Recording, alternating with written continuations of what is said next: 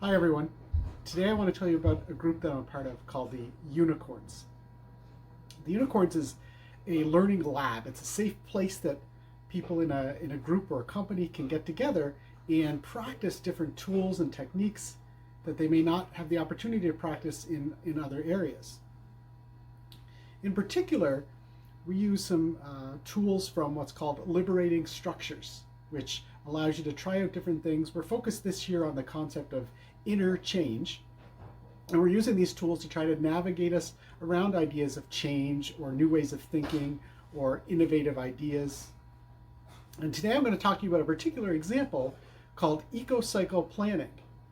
Now, eco-cycle planning is an example of a tool we might use in a Unicorns meeting to practice and learn about how it might work. I'm going to tell you today about the steps that are involved and how you move through an eco-cycle planning stage. You wouldn't learn that in the Unicorn session. You might learn it by reading about it online or looking through Liberating Structures, and then you'd have the opportunity to practice it in a Unicorns meeting.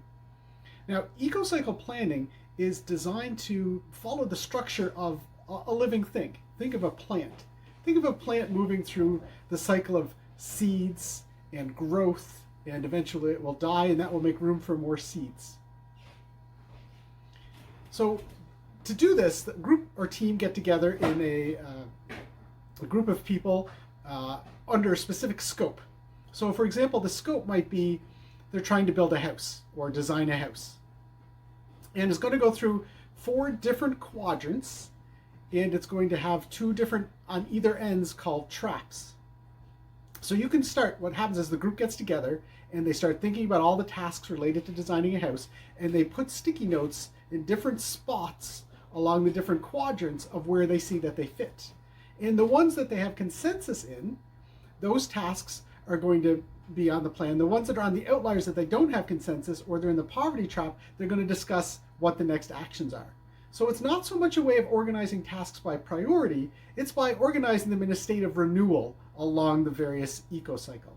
Now you can start anywhere you want on the cycle. I'm going to start down in the bottom corner called creative destruction. So when you place a task in creative destruction, you're saying, I'm ready to let this go.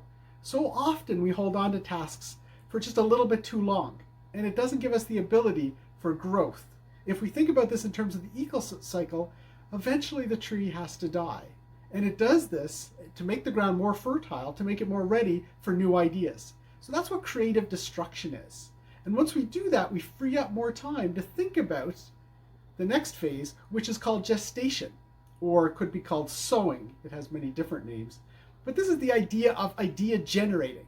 Tasks that are in this sowing stage, they're just thoughts. So in my example of designing a house, perhaps you think, hey, you know what? It would be great if we had an attached garage. If we had an attached garage, we could come in and out without getting wet. We wouldn't have to remember to always clean off the car as much. So these are just ideas. Now in this idea generating stage, there can be a lot of them. There could be hundreds of ideas. Think, for example, of New Year's resolutions. If for your New Year's resolution next year, you came up with 100 different resolutions, the odds of you getting through them all in the year, not very much. The reason is you only have a certain amount of time, money, and energy that you can devote to it through the year. So to get through gestation and into our next phase, we pass through one of the traps called the poverty trap.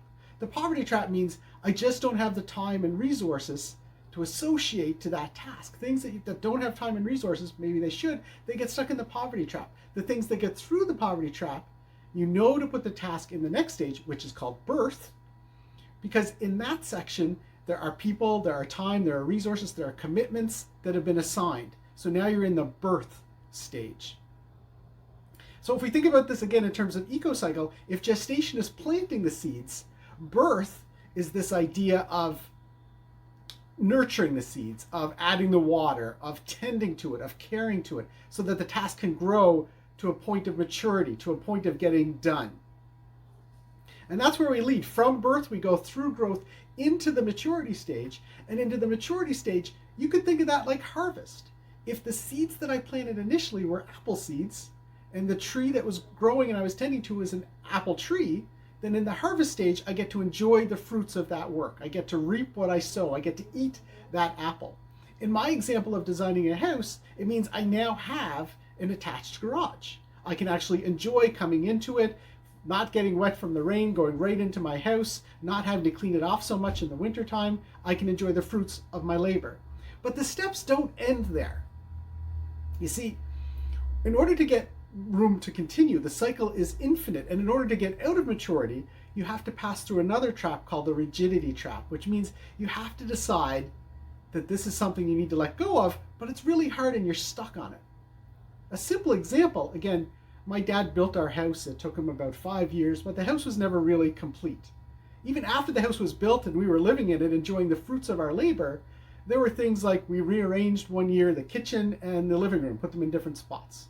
You know, we added on a new mudroom to the house. I shouldn't say we, it was my dad that did this. Added on a new mudroom to the house.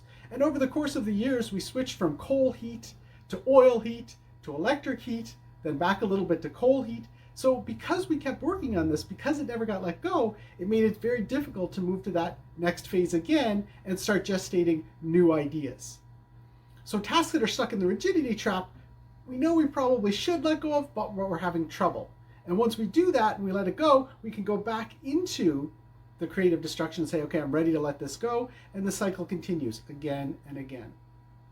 So eco-cycle planning is an example of a tool that you might get to practice in a unicorns meeting. That's what they're there for.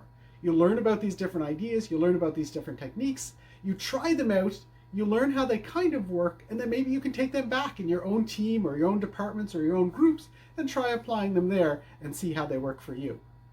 Now, if you're interested in unicorns and you happen to belong to the same group that I do or the company that I do, just let me know and I can pass along when those meetings occur. If you're not, but you're interested of, how that might work, you can also let me know and I'll show you how you could set up your own unicorns meeting in your own group. Thank you and have a happy holidays.